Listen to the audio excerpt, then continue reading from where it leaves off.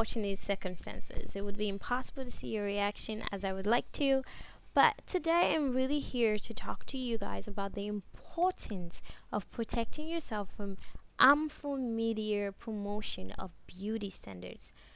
We live in a society where we are constantly exposed to unattainable beauty standards, and each and every country has their own definition of what beauty standard really means. But also, when it comes to these beauty standards, due to the issues that actually the first step to protecting yourself would be to understand that media creates certain contents, or rather, beauty standard based off of their own values and belief. No one realistically is picture perfect as the media portrays them to be. So it's very important for you to personally identify your own beauty standards and let that boost your self esteem. This would be the first step you can take to protecting yourself. The second step to protecting yourself would be limiting the time that we spend in the media world. Why? Because we're exposing ourselves to standards of beauty that can make us more vulnerable. And when we begin to make ourselves vulnerable, we begin to compare ourselves to the standards that we know is unrealistic, and that can have a long lasting effect on us. So it is important for us to take a time out of a day sometimes to step out from the mindset and the frame of a media harmful social media beauty standards, and really take ourselves into the standards of our own beauty and really appreciating ourselves and what we are given.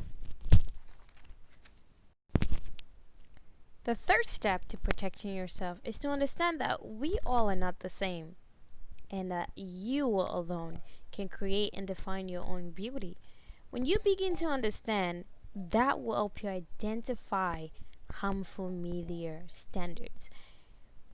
No two person is the same, and no two person will ever be the same. Beauty stems from you understanding your own identification of what beauty means.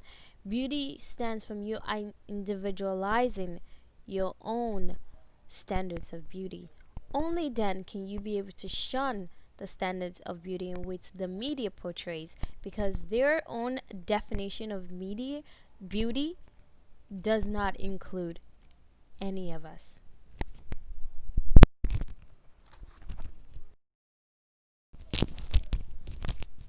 The fourth step, I would say, to protecting yourself from the media harmful standards of beauty is to understand that media doesn't necessarily represent all form of beauty. Why is this important? Like I said earlier, we all have different kinds of beauty in the world, and the media doesn't always care about representation, but rather exploitation. And the last but rather exploitation. So understanding that will make us more confident in our own selves. Because when we start to try to be like this media representation, we lose ourselves. Because we're trying so hard to be something we're not. So it's better when we begin to understand that representation is going to start with us. We have to learn to be our own representative. When it comes to beauty, we have to be our own beauty standards. And the last but not the least step for protecting yourself when it comes to harmful beauty standards is for you to really understand your own beauty. Find your own beauty. Understanding that the beauty standards in which the media gives us doesn't necessarily define anyone as an individual. When you are able to identify who you are as a person, it would be a lot more easier for you to identify your own beauty. And when you're able to do that, you are able to individualize your own standard and not allow the media to define beauty, because we all are not the same and we all are not represented, but we can truly find our own beauty.